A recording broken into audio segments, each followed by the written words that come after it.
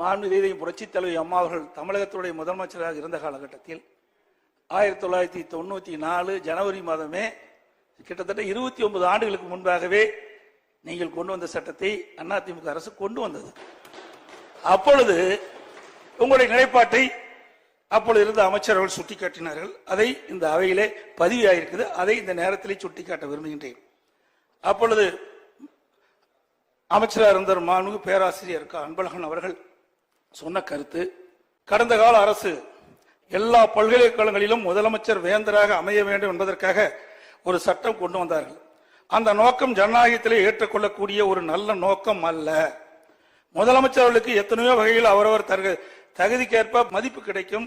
ஆனால் அப்படி ஒரு சட்டம் வருவதன் மூலமாக சுய உரிமையோடு கல்வி வளர வேண்டும் என்றோ பொது கொள்கைக்கு அது நேர்மாறான ஒரு கொள்கையாக நாட்டப்பட்டது.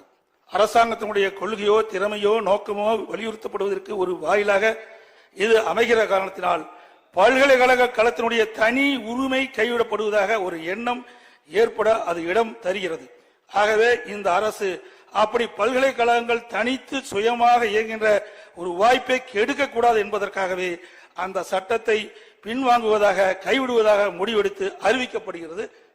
அன்றைய தினம் அறிவிக்கப்பட்டது.